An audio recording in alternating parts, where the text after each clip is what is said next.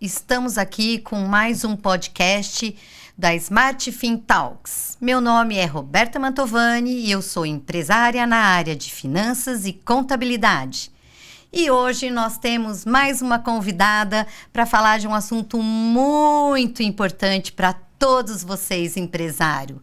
Estamos aqui com a Patrícia Dardeia. Bom dia, boa tarde, boa noite, Patrícia. Bom dia, boa tarde, boa noite, Roberta, tudo bem? Tudo jóia. Nós vamos falar de planejamento familiar e sucessão.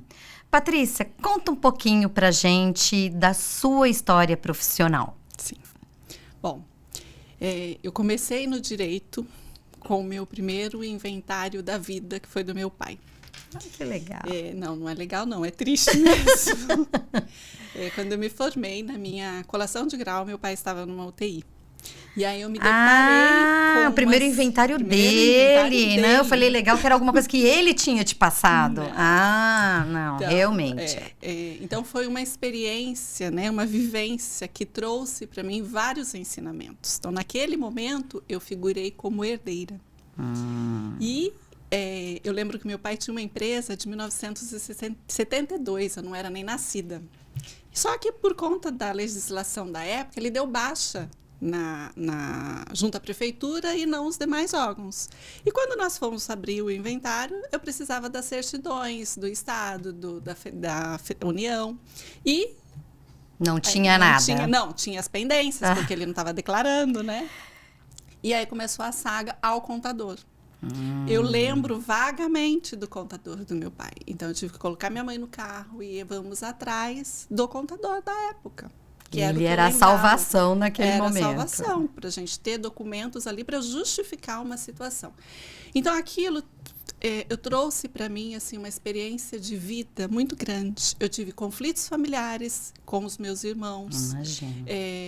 Não sei se você vai lembrar, foi na virada do milênio, teve uma greve forense. Foi um período, acho que foi a maior greve que nós tivemos dos servidores. E o meu irmão achava, porque eu era bacharel, eu não era advogada ainda, tinha advogados nos representando, que eu estava me beneficiando de alguma forma. E aí causou o conflito familiar, né? Que é o que o que eu trouxe para mim isso como uma missão de vida, de levar para as famílias algo para evitar esse problema todo que eu vivenciei. Porque ninguém pensa nisso, né? Na hora que tá todo mundo no bem, é família, não vai dar problema. É aí que a gente tem as surpresas, né? Exatamente. Então, eu associei essa minha vivência e procurei seguir uma área. E essa foi uma área que eu tive muita afinidade. Eu gosto muito de inventário, mas o que eu posso levar para as famílias, o que eu posso levar para os empresários em termos de prevenção? Essa era uma situação assim que me incomodava e eu sempre busquei algo novo para que evitasse esse momento. Entrando nisso que você já me contou um pouquinho da sua história, nós vivemos num país de mudanças drásticas, mudanças o tempo inteiro, e temos aí a reforma tributária que está assustando todo mundo, né, com essas mudanças, com imposto, e os empresários ficam preocupados só quando dói no bolso, né? Mas diante de toda a burocracia que a gente tem aqui no Brasil, né, o que você poderia dar aí de conselho para os empresários? Qual é a hora dele começar a pensar numa sucessão familiar, num planejamento, né, de sucessão familiar? Roberta, eu acho que a partir do momento que você tem um determinado patrimônio, você já constituiu a sua família. Para evitar riscos, nós sabemos que toda atividade empresária é atividade de risco. Eu sou advogada, eu exerço, eu tenho uma responsabilidade civil. Você, enquanto contadora, você também tem responsabilidades. É isso aí. Então, o empresário precisa entender que a atividade que ele exerce, ele também tem riscos, não só da atividade, mas como um passivo trabalhista. E se ele se preocupar o quanto antes de proteger, né, de se organizar, estruturar algo para ele e para a família, a gente não só pensa com relação à sucessão, mas como a proteção em si. né? Então assim, ó, a gente tem 2 pontos, né? A gente tem a Sim. sucessão familiar e o planejamento, Sim. né, do patrimônio dele para poder ser blindado por algum motivo, né? Eu, particularmente, eu não gosto de falar em blindagem, tá? Eu tô do lado de cá, com relação às legislações, a gente sabe o seguinte, a gente mora num país que a blindagem, ela é complicada. Blindagem, então vamos falar assim, proteção. Eu gosto de Isso, usar tá vendo? proteção. Por isso que é uma advogada aqui para poder corrigir a gente. Eu gosto de usar esse termo, proteção patrimonial, tá? E aí eu gosto até de usar um exemplo de uma cliente que ela é escrevente no Tribunal de Justiça em São Paulo, e ela me falou, doutora, eu fico no gabinete do juiz. Nós damos o comando de CIS-Bajude, Banco Central, todos aqueles comandos de penhora. E é muito fácil você fazer isso com um comando ali no gabinete para bloquear um CPF. E a pessoa jurídica já tem as suas travas, né? É mais difícil o juiz chegar em termos de fazer penhora numa pessoa jurídica, tem que passar todo um processo. Por quê? O risco de bloquear o patrimônio de uma empresa, de comprometer uma folha de pagamento, o giro dessa empresa. Então, eles têm um outro olhar com relação. Então, quando a gente pensa na proteção patrimonial para o empresário, a gente pensa exatamente nessa situação, de proteger mesmo contra um revés financeiro, de proteger contra uma situação, nós passamos pela pandemia, né? Quem iria imaginar que iria passar por uma situação isso, dessa? né? Quantas empresas fecharam nesse verdade. período? E aí, as empresas que estavam mais estruturadas, né, conseguiram passar por esse momento. Outras, infelizmente, não conseguiram. Né? Aí entrando nesse assunto, você tá vendo que a gente faz uma mistura aqui, viu, gente? De planejamento sucessório, de blindagem, não, proteção, né? Mas é que uma coisa tá correlacionada Exatamente. com a outra, né? Então, elas estão interligadas, né? E aí, a gente conversando disso, porque a empresa, quando ela abre, ela vai ter o CNPJ dela, ela vai buscar a contabilidade dela. Então, é assim, não basta só ter uma boa contabilidade, uma boa finanças. Precisa, né, de um advogado junto para poder orientar tudo isso também, né? Principalmente na abertura no contrato social, né? Que é o que a gente estava conversando ali fora antes da gente começar a entrevista. O meu marido vai ser o meu sócio. Não tem problema, não. É aí que começa todo o planejamento, não é? Exatamente. Quando a gente fala de planejamento, a gente tem que pensar não só nessa situação protetiva com relação ao empresário, mas uma situação de transparência para com a família. Você deve receber, você trabalha diretamente com os empresários, e eu vejo assim, normalmente, né, um cuida do lado empresarial e a mulher, normalmente, cuida das finanças. Da casa, dos filhos. Não, então, olha, você falando isso, a mulher cuida, só que aí ele diz assim, né, o dono da empresa, quem que vai fazer o seu financeiro? Minha esposa. Porque ele acha que o financeiro é ir no banco pagar as contas para ele, né? Muito além disso, né? Muito além disso. E aí, nessa situação, eu vejo que falta uma transparência por parte... E não é por maldade, tá? É por desconhecimento, às vezes, não é? E aí, quando você chega... Quando eu recebo uma família que perdeu um ente querido, né? E normalmente era o provedor, a mulher fica ali numa situação de vulnerabilidade que ela não sabe as senhas do banco, ela não sabe nem as contas, os bancos que têm em conta, o patrimônio, a composição patrimonial. E se é uma empresa que está em plena atividade, como que você dá continuidade disso? Então, quando a gente pensa na proteção, a gente tem que pensar no seguinte, assim como um CNPJ, ele tem continuidade, se um sócio falecer, você vai chamar os sucessores dele ali, mas a empresa não para.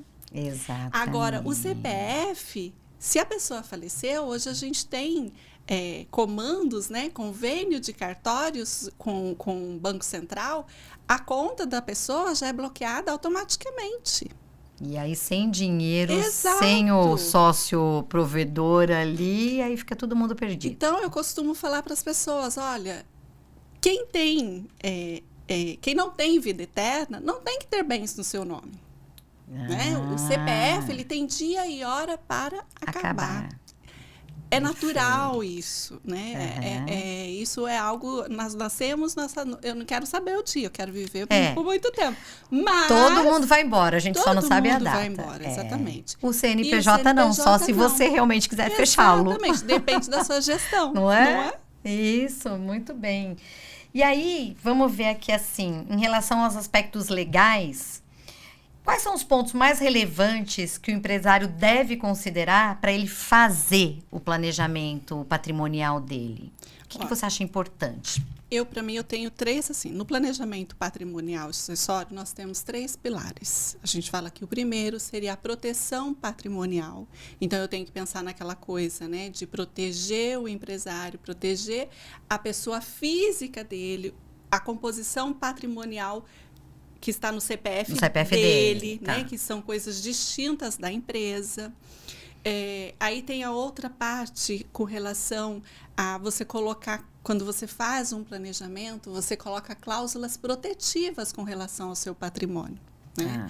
Para não, aí entra aquela coisa da blindagem com relação aos efeitos de um casamento, né? A depender do regime de bens, você consegue proteger para não comunicar o patrimônio com o cônjuge, o genro, a nora do teu filho, por exemplo. Né? Então, você tem uma certa possibilidade de se proteger com relação a não só credores, mas contra terceiros, que eu gosto de falar que são genros e noras. Você fala terceiros, eu falo assim que são os agregados. Exatamente. E aí nós temos o segundo pilar, que é a questão sucessória. Né? Hoje nós já temos possibilidade dessa forma preventiva de evitar que grande parte do patrimônio da pessoa passe por um processo de inventário. Se é uma empresa, se é uma família que exerce uma atividade empresária, é uma empresa familiar, muitas das vezes, será que os filhos estão preparados para assumir essa sucessão? Você acabou de bater entrar num ponto que é muito importante. E às vezes você vê assim, empresário que tem 3 filhos. Vamos colocar assim, um advogado bem-sucedido, um médico bem-sucedido, e o outro é o seu braço direito ali na empresa. Podemos falar que sucessão é diferente de herdeiro. É diferente, né? Herdeiro todos os filhos são. Sucessor nem sempre, né? Exatamente. E por vezes você não pode obrigar que os filhos assumam, né? Aquela atividade. Nenhum pai consegue obrigar isso. Mas aquele filho que dedicou a vida dele para aquele negócio, é justo para com ele deixar que os outros entre e leve a parte deles, pode acabar, fechar com a empresa. Então, tem que pensar nessa questão, não só sucessão hereditária com relação à partilha, né, entre os herdeiros, mas também a sucessão empresarial, né? O que eu quero fazer com relação ao meu patrimônio, à minha empresa, o legado que eu quero deixar. Eu vou pegar esse gancho que você deu, aí vou trazer aqui para a nossa área financeira e de contabilidade, né? Porque o que acontece? As pessoas confundem, né? As pessoas hoje não tiram prolabore da empresa, porque prolabore é o salário de quem trabalha. Não importa se ele é filho, se ele é gerente ou o que seja, o próprio dono da empresa. Ele deveria tirar prolabore como salário. Só que como a legislação permite, ele tira a maior parte dos rendimentos dele como lucro, né? E aí é que pode começar também a conflitar. Então, por isso que é muito importante ter o advogado junto com um bom contador, junto com uma pessoa de finanças, né? Que a nossa empresa também cuida, né? A SmartFin. Por quê? Porque se você tira como lucro, todo mundo que está no contrato social, se não tiver um bom contrato feito, vai ter direito. E lá ele pode reclamar, né? Depois na hora que o majoritário morrer, eles podem acabar requerendo os direitos dele, né? E aí, se o contrato for mal feito? Não basta você pode fazer um excelente contrato, mas como que é a gestão disso no dia a dia, né? Por vezes faz essa confusão em termos de conta de pessoa jurídica com conta de pessoa física, é uma mistura, né? E isso pode prejudicar, sim, um planejamento, não é? E aí, O terceiro pilar, que eu ainda não falei com relação ao planejamento, é a redução da carga tributária. Poxa, a gente pega famílias que têm imóveis em locação, você deve fazer isso com muita frequência, né? De oferecer para as pessoas que têm imóvel em locação, olha, vamos criar uma empresa. E eu acho que foi nas décadas de 90, não foi? Que teve aquele boom de empresas para administração de bens próprios. Foi. E hoje chega para a gente, não, eu já tenho o meu planejamento patrimonial e sucessório, já está aqui, está tudo certo. Eu falei, não, você não tem, você fez na época e fez bem, por conta de uma redução tributária. Exatamente, só redução tributária, exato, isso aí. Mas não fez essa parte sucessória, né? E aí assim, há um pouco de conflito, demora para aceitar, dói para aceitar, mas eles acabam se convencendo que realmente tem que refazer. E tudo que é preventivo, o carro não tem que fazer revisões periodicamente. Para ele não dar problema, não é? O planejamento é a mesma coisa. Nós, seres humanos, nós não temos que fazer check-ups anualmente para evitar algo, né, pior. Então, aqui eu também oriento os meus clientes. Olha, não basta fazer o planejamento patrimonial. Nós temos que, periodicamente, fazer uma análise disso.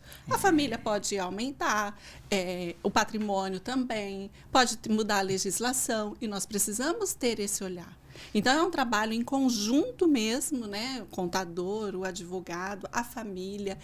Se a família tiver investimentos, com consultor financeiro. Enfim, isso aqui é uma engenharia jurídica contábil, não é? E assim, foi bom. Empresários, prestem atenção. Empresa de bens próprios não quer dizer que você tenha feito um planejamento sucessório e familiar, não. Vamos rever isso e ver com os advogados aí, tá bom? Não é? Porque tem que chamar. E hoje, assim, a gente está com o tempo corrido, né? E a gente faz várias coisas na empresa.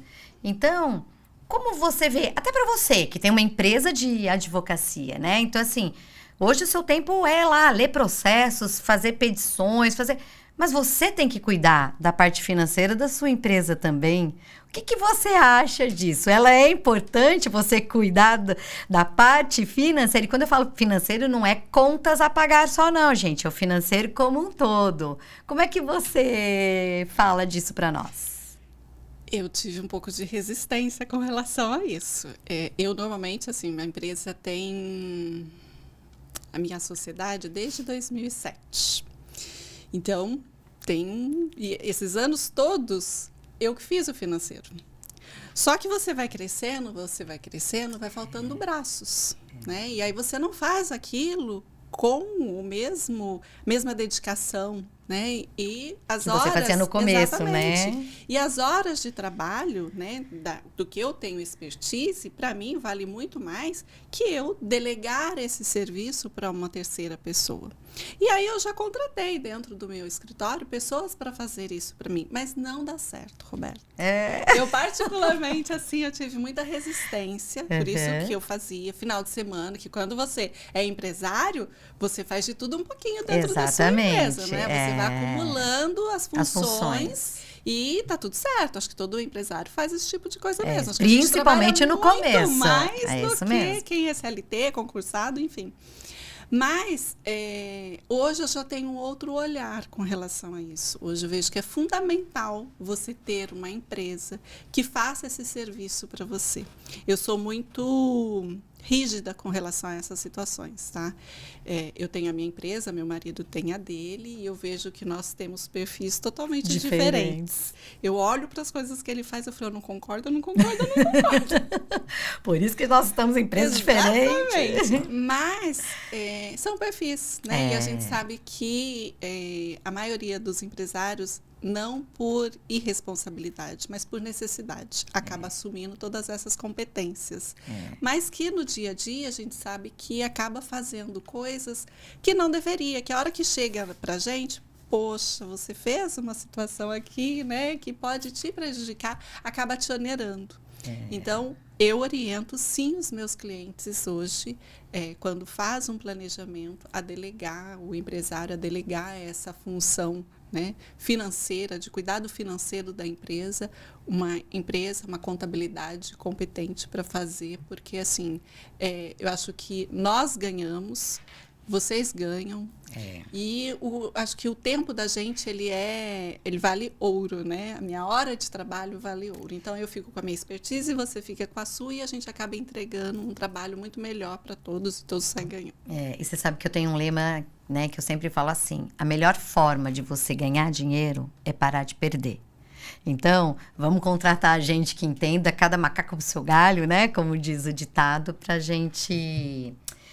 E eu aprendi uma outra coisa, que a gente não pode ver como despesa. Isso é investimento. Boa! Isso aí, Patrícia! E, ó, em relação a todas essas mudanças que estão tendo aí na legislação, né? O que você acha, quais as adaptações que o empresário tem que fazer, né, hoje, com a reforma tributária, que a gente está vendo aí, vou transferir os bens, vou colocar, mas calma, não tem imposto de renda, mas tem imposto estadual, né? E isso, claro que as alíquotas vão aumentar, porque se alguns estados já cobram mais, os menores não vão ficar para trás, né?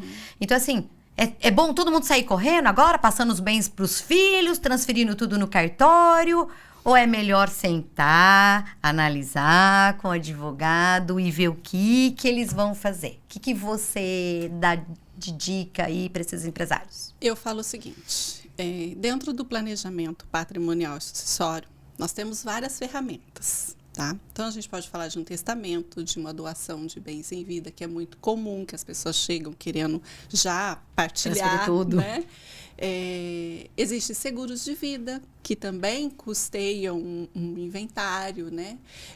Previdência privada, nós temos as holdings familiares, mas não tem receita de bolo. O que funciona para a sua família pode não funcionar para a família do teu irmão. Pode não funcionar para a família de um outro empresário, de um vizinho, de um amigo. Até vou te cortar um pouquinho, porque é isso que eles falam, né? O meu amigo fez, eu quero fazer igual. Exatamente. Eles já chegam para você, não, olha aqui, eu tenho um modelo de um contrato perfeito. Foi um advogado XYZ que fez. Ok, com todo respeito. Só que cada família, eu costumo falar que ela tem uma digital diferente, né? Cada família tem as suas particularidades familiares. Cada família tem uma composição patrimonial. E quando a gente pensa nesse planejamento patrimonial, a gente tem que pensar isso. O que vai funcionar para a sua família? Qual o desejo dos patriarcas, né? Do pai e da mãe com relação a essa parte sucessória para os filhos? Então, nós temos que não pensar só agora, passou a reforma, já foi promulgada, né? Nós estamos com a alíquota progressiva, que já existia, que já era o teto de 8%. Nós que estamos no estado de São Paulo, que estamos num pagando período ainda menos, de lucro, que ainda é 4%, mas como você bem falou, é uma questão de tempo, o Estado está legislando com relação a essa situação de aumentar a alíquota para aplicar essa progressividade também. Não vai perder a arrecadação, né? Então, eu acredito assim, os empresários precisam, o momento de fazer um planejamento patrimonial e sucessório, de pensar num planejamento patrimonial, é agora.